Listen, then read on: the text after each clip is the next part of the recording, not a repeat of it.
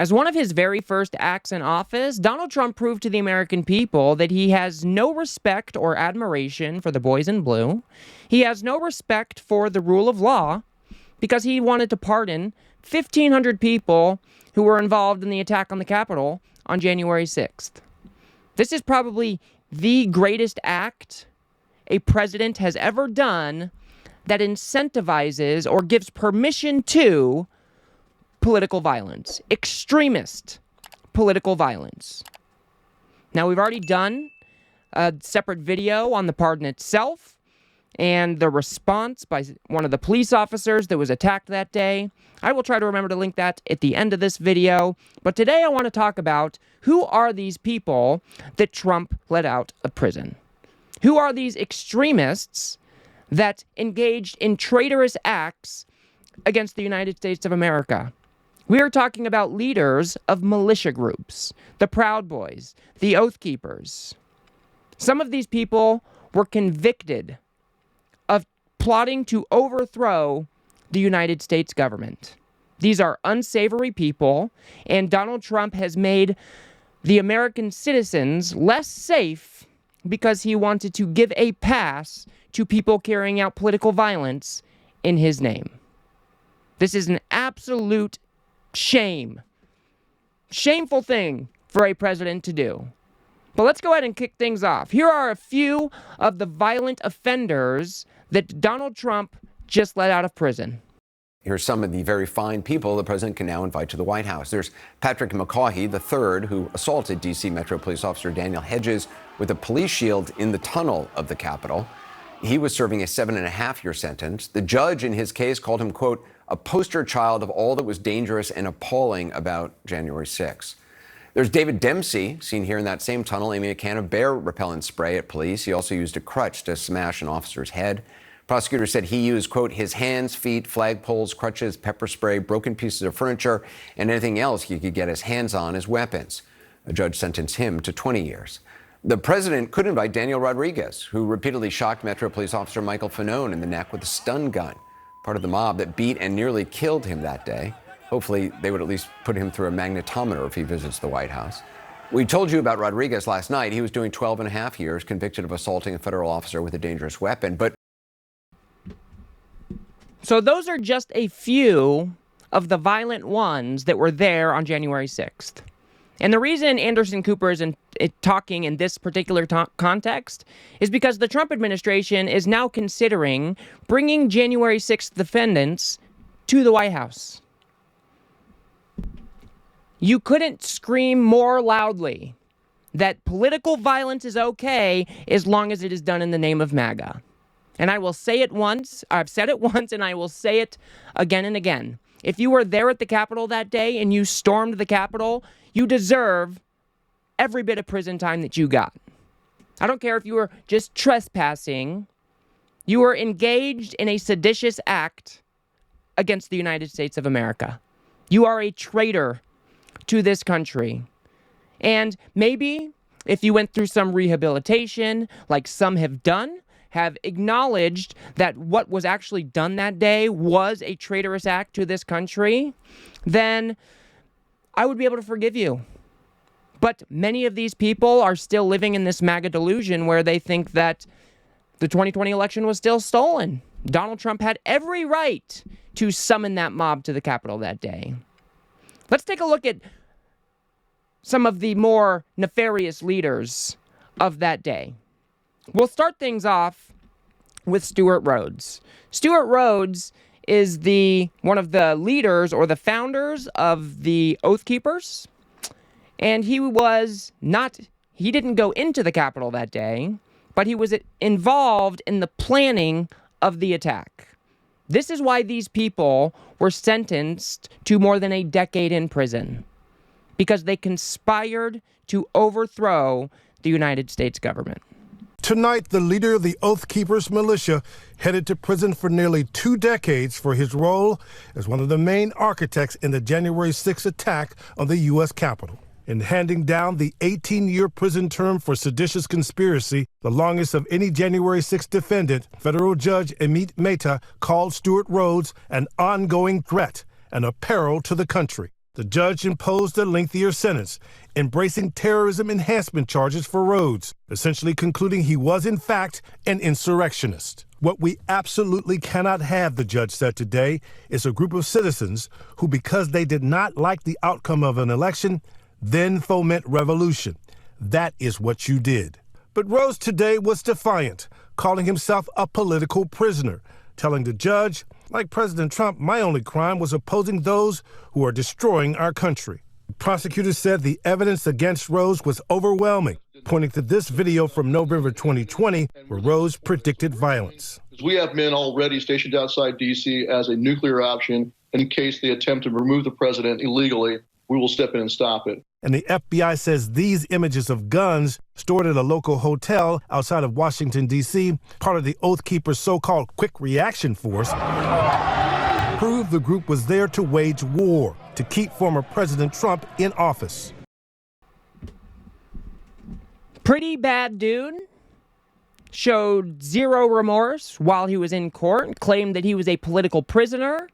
And what it fundamentally breaks down to is that these people are pissed off that Donald Trump lost the 2020 election, and they decided to try to enact revolution to keep him in office. That is just not how our functioning democracy is supposed to work. There has been no evidence provided that Donald Trump had an election stolen from him. These people are living in a fantasy world where their fact patterns do not resemble the facts here on Earth. It is that simple. And these people are dangerous, and Donald Trump is just giving him a pass. And I would not be shocked at all if some of the people who were pardoned by Donald Trump are involved in extremist attacks in the future. Let's go ahead and move on to Enrique Tarrio. He was the member of the Proud Boys, one of the leaders of the Proud Boys. He was arrested in D.C., so he wasn't there on January 6th because he was banned from the city. But they put plenty of evidence together to show that he was definitely involved in coordinating the attack. Former Proud Boys leader Enrique Tarrio was slapped with a 22-year prison sentence Tuesday after his conviction on seditious conspiracy and other charges in the federal January 6th investigation.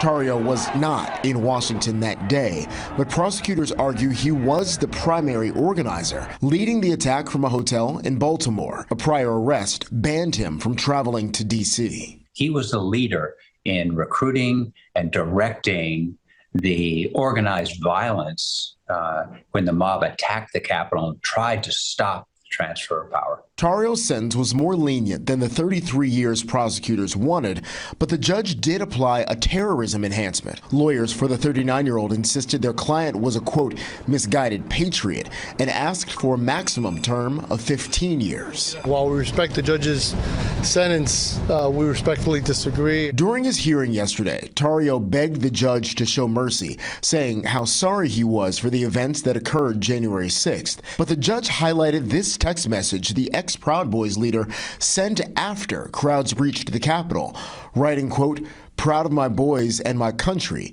Don't expletive leave. So again, this is another leader of another militia organization inside the United States that coordinated the attack on the Capitol that day. And it's really funny because Luke Beasley made an appearance on the Tim Pool show where Tim Pool was acting completely indignant that Enrique Tarrio was sentenced to prison time for his role in the events of that day. And Luke Beasley simply said, look, bro, they've got the evidence. And Tim Pool had no idea what Luke Beasley was talking about. It is wild to me how whitewashed or the history has been rewritten for January 6th. That's why I thought it was important that we bring these stories back into the light, because these are not innocent people. The MAGA lunatics will try to claim that these people didn't have due process, they didn't have any evidence, they just wanted to lock up MAGA supporters. That is all a load of crap. They went through the system, They went through the process exactly as they were supposed to do. They were able to have representation with a defense attorney, and they were not able to prove, or let's just put it this way. The government was able to prove beyond a reasonable doubt that they were guilty of these crimes. And you can go look at all of the evidence. You can go look at the cases themselves. These are not innocent people. But Donald Trump has absolved them of their sins because they were carrying out violence in his name. And, Enrique Tarrio may have pleaded to the judge that he was sorry, maybe to get a lighter sentence, but let's check out how he is doing now today, now that he's been released from prison. Do you think that remorseful tone is still present? Let's see. Now it's our turn. Now it's our turn. I'm happy that the president's focusing not on retribution and focusing on success, but I will tell you that I'm not going to play by those rules. The people who did this, they need to feel the heat. They need to be put behind bars, and they need to be prosecuted. They need to feel the heat. They need to be prosecuted and put behind bars.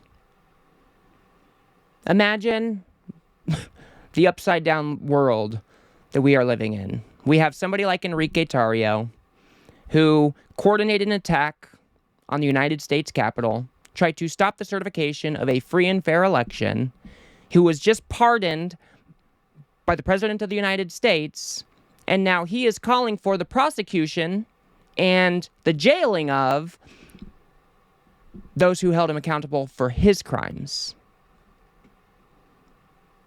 This is some bad juju, man.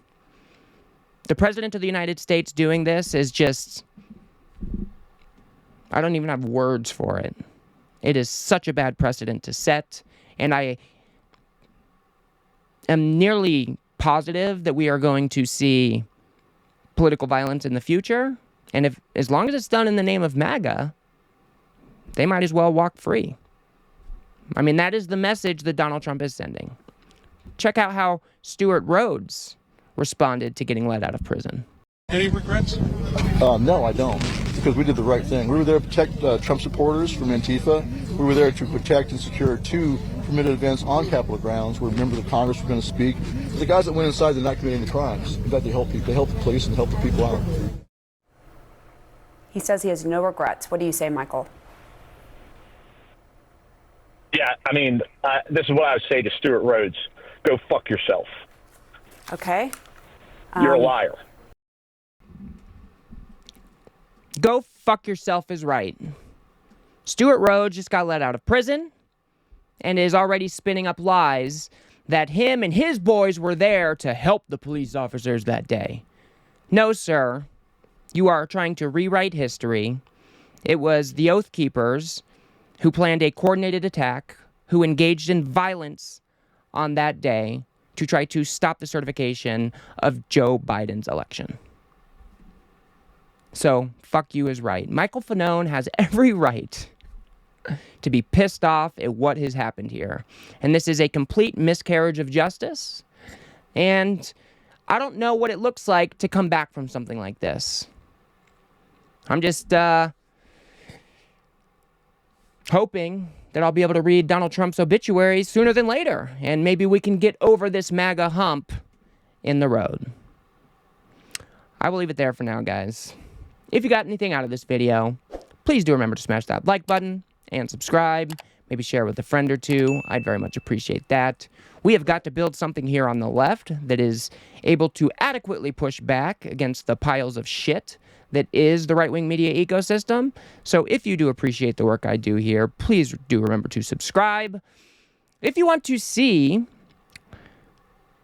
the pardoning of these 1,500 other people, if you want to see Donald Trump's dazed and confused look while he was signing the pardons and the implications that it might have for the future, go ahead and watch my initial coverage of that by clicking on the video on the screen now.